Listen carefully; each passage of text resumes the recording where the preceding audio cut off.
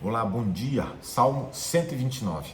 No Salmo 129, a gente, para poder entender aquilo que ele diz, a gente precisa voltar um pouquinho.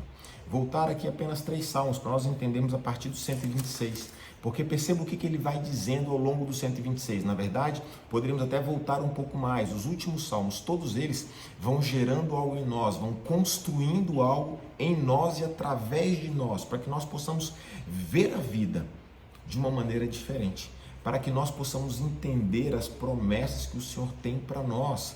É como se realmente ele fosse nos mostrando algo, como ele faz com Abraão. Certa vez Deus chega para Abraão e fala: Abraão, olha para a terra. Abraão então baixa os olhos e começa a ver a terra mais perto dele. E Deus fala: não, Abraão, levanta a tua cabeça e olha até o horizonte. E aquilo que Deus está fazendo conosco é isso, Ele vai levantando a nossa cabeça e nos fazendo enxergar cada vez mais longe para entender tudo aquilo que o Senhor tem para nós e para fazer através de nós nessa terra. Então no Salmo 126, ele começa a falar sobre o Senhor estar restaurando a nossa sorte. O que isso significa? Significa que a partir de agora eu vou viver a vida nessa terra, não baseado naquilo que eu tenho vivido. Não, a minha vida toma um outro rumo com o Senhor. Ele vai me dar uma nova direção. Ele vai me dar literalmente uma vida nova nessa terra. E eu passo a viver e ver a vida diferente. A vida toma um novo gosto, toma novas cores. Eu passo a ver a vida numa perspectiva completamente nova. É aquilo que Jesus fala com Nicodemos: é necessário nascer de novo. Então, se eu vou nascer de novo, tudo será novo para mim. Tudo será novo para mim. E é disso que ele vem tratando no 126, dessa novidade de vida, Deus restaurando a minha sorte. Aquilo que vai acontecer de hoje em diante será completamente diferente daquilo que já aconteceu em meu passado.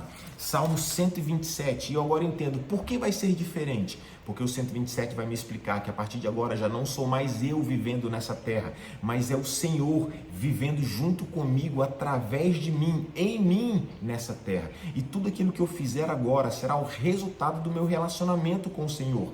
Antes eu vivia sozinho, mas agora sou eu e o Senhor vivendo juntos nessa terra.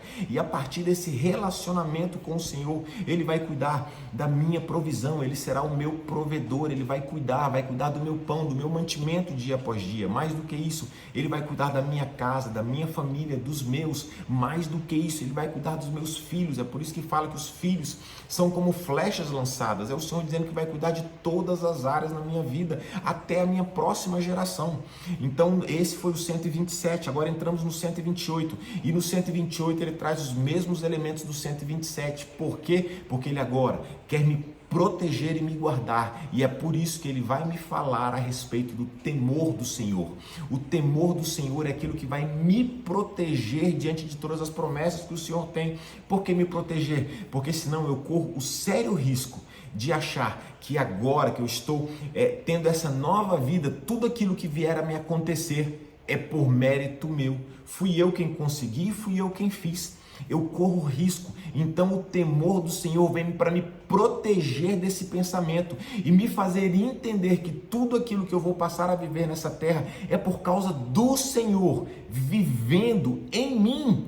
Essa é a diferença, esse é o segredo. Saul, por exemplo, o primeiro rei de Israel, ele errou aqui no temor do Senhor.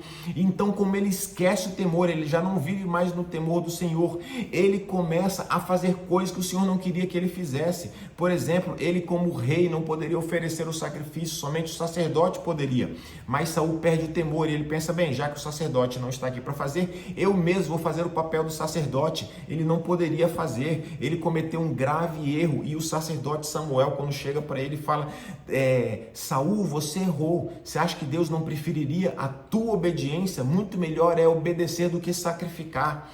Então perceba, Saul perdeu o temor do Senhor. Logo depois ele vai perder o temor do Senhor com relação a Davi. Deus escolhe Davi para assumir o trono de Israel. Saul não queria, e como ele perdeu o temor, ele começa a atacar a escolha que Deus fez para o futuro da nação, porque não havia mais o temor. Percebe como o temor nos protege, nos guarda e nos livra de errarmos. Ele vai deixar claro para nós quem é o responsável por tudo nas nossas vidas. é o Senhor, é Ele fazendo através de nós. E agora sim chegamos no Salmo 129 e eu vou ler o texto para vocês. Salmo 129. Muitas vezes me angustiaram desde a minha mocidade. Israel que o diga, desde a minha mocidade me angustiaram, toda a vida não prevaleceram contra mim. Sobre as minhas costas lavraram os seus aradores, nele abriram longos sulcos. Mas o Senhor é justo e cortou as cordas dos ímpios, sejam envergonhados e repelidos todos os que aborrecem a Sião. O texto continua, mas o que tem a ver agora esse texto? Consequência que nós falamos é simples. Nós vimos na sequência dos últimos salmos como se Deus colocasse diante de nós uma vida completamente nova, diante de nós uma sorte restaurada. Ele mudou a nossa sorte, então nós temos agora um novo caminho. O mundo toma novas cores, novo sabor, a vida será completamente diferente. Temos diante de nós grandes, infinitas promessas para vivermos nessa terra. E agora, diante disso tudo, a grande questão que fica é que alguns de nós, quando chegamos nesse momento e olhamos para tudo isso que nos está proposto, aquilo que Paulo diz, que nós temos proposto diante de nós uma nova vida e um novo caminho para nós percorrermos. Mas muitos chegam aqui nesse exato momento e o que acontece é que as dores vividas no passado foram dores tão grandes e tão profundas que nós olhamos agora para as promessas e para a nova vida e não sentimos que isso gera um grande impacto em nós, porque a primeira coisa que nos vem à mente é: puxa, quem dera eu tivesse conhecido tudo isso lá atrás. Quem dera eu tivesse conhecido tudo isso há um tempo atrás, eu não tivesse passado por tudo aquilo porque eu passei, porque agora todas essas promessas que são grandes e maravilhosas, mas do que adiantam? Porque eu carrego em mim feridas nas minhas costas tão profundas que atingiram a minha alma, e agora diante dessa dor tão imensa, do que me adianta essa nova vida? Muitos de nós pensam dessa forma. É por isso que o texto de hoje, ele vai estar trazendo dessas angústias e dessas dores. E ele fala aqui no verso 5, fala o seguinte: sejam envergonhados e repelidos todos os que aborrecem a Sião. Lembre-se dessa frase: todos aqueles que aborrecem Sião. O que significa isso? Nós falamos no Salmo 87 sobre Sião. Sião é um local de santidade e de livramento. Sião é um local de santidade e de livramento. Ou seja, todos aqueles que aborrecem Sião foi justamente o momento onde fomos feridos. E chegamos feridos nesse momento, onde vemos essa nova vida que o Senhor tem para nós. E perceba que grande parte das feridas que nós sofremos foi porque não houve pureza e não houve o livramento. Não houve santidade, pureza e não houve o livramento. Muitos de nós passamos por problemas lá atrás que hoje nós olhamos e falamos: puxa, se fosse nos dias de hoje, eu não teria cometido os mesmos erros. Por quê? Éramos inocentes lá atrás. Ou por sermos inocentes lá atrás, se aproveitaram de nós, abusaram, tiraram proveito de nós. Justamente pela nossa inocência fomos feridos. Ou então fomos feridos pela falta de liberdade. Ou seja, nós não tínhamos escolha. Tivemos que passar por problemas terríveis que ninguém talvez mereça passar, porque nós simplesmente não tínhamos escolha. Então nós fomos feridos justamente por aqueles que aborrecem Sião, aqueles que agridem a inocência e aqueles que agridem a liberdade. É por isso que o texto está dizendo o seguinte: olha, muitas vezes me angustiaram desde a minha mocidade. Era muito jovem quando passei por angústias, dores e tribulações. E aqui, muitos de nós passamos por problemas, e eu preciso te contar isso, que jamais encontraremos alívio nessa terra. Jamais encontraremos alívio nessa terra. E eu vou te contar, te responder por quê? Eu vou te responder através da parábola do bom samaritano que Jesus conta no livro de Lucas, capítulo 10. Ele fala de um homem que estava numa viagem. Perceba que ao longo dos Salmos, várias vezes, essa ideia de um peregrino que está caminhando, ela é trazida para nós, para o nosso entendimento do que é a vida com Deus nessa terra. E esse homem então que estava caminhando, ele foi atacado por malfeitores. Os malfeitores, depois de roubarem tudo que ele tinha, o machucam, o agridem, deixam ele no chão. Ninguém sabia se estava vivo ou morto, largado no chão. Então passa um sacerdote, não faz nada, passa um levita, não faz nada. E então vem um samaritano, o bom samaritano. Samaria era um local de onde ninguém esperava nada de bom.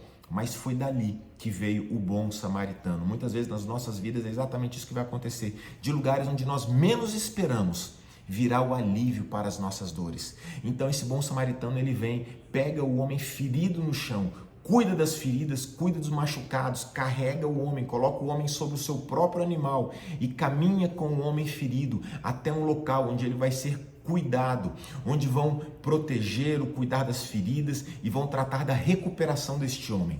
Este local é a igreja, esse é o papel da igreja na terra, cuidar daqueles que estão machucados para restaurar o homem à sua condição que estava antes de ter sido atacado. É isso que a igreja faz, a igreja cura as feridas da alma, faz isso tudo, mas às vezes, em muitos casos, nada disso é suficiente, porque a dor foi profunda demais. A dor não vai passar nessa terra. Que tipo de dor não passa? Pare para pensar, alguém que, por exemplo, perdeu um filho. Essa dor não vai passar nessa terra. Alguém que tinha o seu corpo perfeito e passou por algum procedimento, por algum problema, que agora teve o seu corpo mutilado, parte do seu corpo arrancado. Alguém que agora, por qualquer motivo, tem a sua saúde debilitada, seja o que for. Algumas dores não vão passar nessa terra. E é interessante o final dessa parábola, que é a parte que eu mais gosto da parábola. Porque o bom samaritano, ele fala o seguinte: olha, eu estou pagando para cuidar deste homem. Aquilo que Jesus fez na cruz do Calvário, ele pagou para retirar o pecado das nossas vidas que nos feria. Ele pagou para retirar a dor que nos feria. Ele pagou na cruz o preço da nossa liberdade, ele pagou um alto preço, assim como o bom samaritano aqui, ele paga, mas ele vai dizer algo nessa parábola, ele fala o seguinte: olha, se houver algo a mais, quando eu voltar, eu pagarei.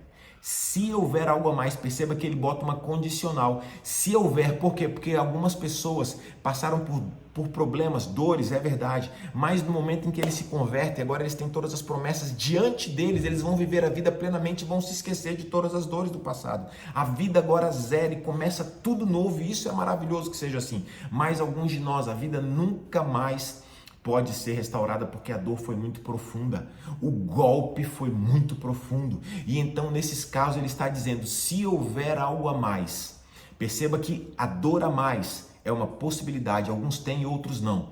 Mas com relação à volta dele, aqui não cabe o sim, aqui é certeza. Ele está dizendo: quando eu voltar, a volta dele é certa, porque a volta de Jesus é certa. E se alguns de nós, ao longo da caminhada nessa terra, sofremos dores, sofremos aflições tão profundas que marcaram a tal ponto que nós podemos até ver para uma vida nova diante de nós, que o evangelho, que a palavra de Deus nos traz, chegamos a tal ponto de pensar: puxa, isso aqui é maravilhoso demais, mas quem dera outra pessoa possa viver, porque para mim já chegou tarde demais. Esse salmo de hoje está nos dizendo que não é tarde demais. Não é tarde, porque eu vou viver a promessa com toda a minha força. Sabe por quê? Porque existe uma única promessa que eu vou aguardar todos os dias da minha vida, que é a promessa da volta dele, porque quando ele voltar, ele vai enxugar do olho toda lágrima. Sabe o que significa enxugar do olho toda lágrima? Ele está dizendo: toda dor vai acabar. Toda a dor vai acabar. Então não interessa quão profunda tenha sido a dor, quão profunda tenha sido aquilo que se perdeu, aquilo que eu posso até ter feito para alguém que eu não me perdoo, ou mesmo qual foi o tamanho da vergonha pela qual eu passei. Não interessa o tamanho da minha dor. Ei, existe uma promessa: ele vai tirar essa dor do meu coração. Não interessa o tamanho das cicatrizes, ele vai trazer a cura. E eu agora posso, diante disso, viver a vida da melhor forma possível. Eu posso. E como eu posso ter essa certeza? É muito simples. Ele viveu nessa terra todas as minhas dores. É por isso que ele foi tão maltratado antes de chegar na cruz. É por isso que ele foi tão chicoteado. E os chicotes e as dores rasgaram a carne dele, para dizer: ei, ele sabe tudo aquilo pelo qual nós passamos. Ele sabe tudo aquilo pelo qual nós passamos. Morreu e ressuscitou para nos deixar clara a promessa de que Ele vai voltar e toda dor vai passar. Então, se toda dor vai passar, eu posso viver as promessas de hoje com toda a certeza do meu coração, com toda alegria e com toda gratidão. Viva as promessas e essa vida nova. O Senhor restaurou a sua sorte, você e Ele juntos, vivendo a vida, e será a melhor fase da tua vida. E que Deus te abençoe, hoje e sempre.